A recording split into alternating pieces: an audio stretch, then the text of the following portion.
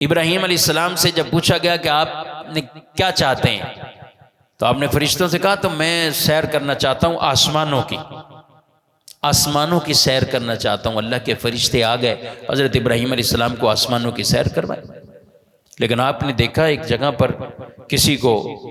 آسمان سے زیر نیچے دیکھا تو کوئی آدمی اللہ کی نافرمانی کر رہا تھا، گناہ کر رہا تھا،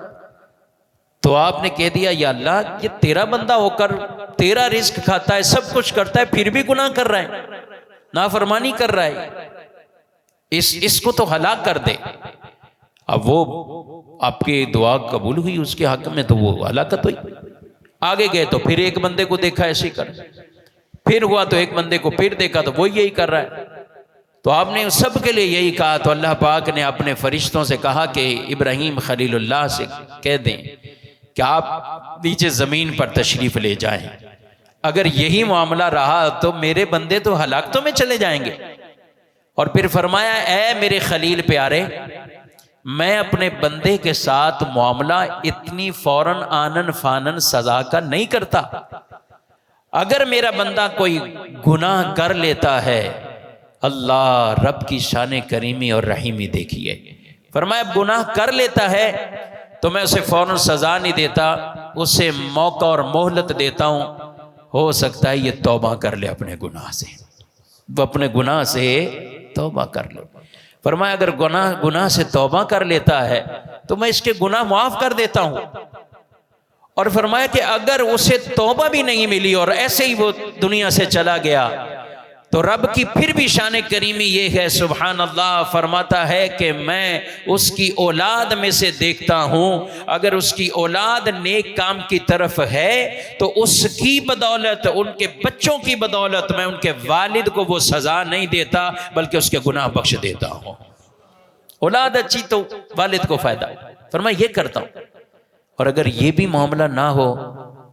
تو پھر ان کا معاملہ وہ میرے ذمہ کرم پر ہے، قیامت کے دن چاہوں عذاب دوں چاہوں بخش دوں، ایسا نہیں کہ انہیں فوراً عذاب میں مبتلا کروں۔ یہ اللہ کی شان کریمی اور شان رحیمی ہے۔ اور اس امت کے لیے تو اللہ نے جو پیچھے دستور بھی تھا اسے بھی تبدیل کر دیا کہ جب انبیاء کو جھٹلایا جاتا تھا تو اس وقت ایک مدت اور وقت جب آ جاتی کہ نبی وہ کہہ دیتے کہ اب ان میں کوئی امید نہیں رہی کہ یہ کوئی راہ راست کی طرف آئیں، تو اللہ نے پھر ان پر عذاب نازل کیے۔ آپ سورہ اعراف 8ویں پارے کے اندر وہ پڑھ کر دیکھیے، قوم سمود کے واقعات ہیں، قوم شعیب علیہ السلام کے واقعات ہیں، قوم لوط کے واقعات ہیں جنہیں اللہ نے عذاب دیے۔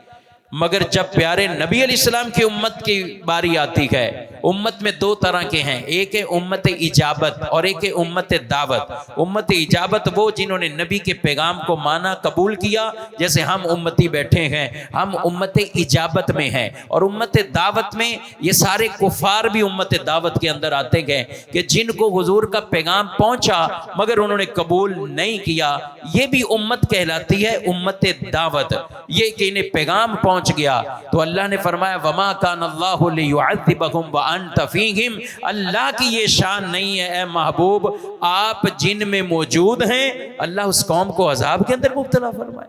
یعنی کفار پر بھی ایسا عذاب نہیں آیا، اور پچھلی قوموں کے جو دستور تھے وہ بھی تبدیل فرما دیے گئے۔ اب حضرت ابراہیم علیہ السلام کو کہا کہ آپ نیچے تشریف لے جائیں، آپ آسمانوں سے نیچے آ گئے، یعنی ان کی معراج ہے۔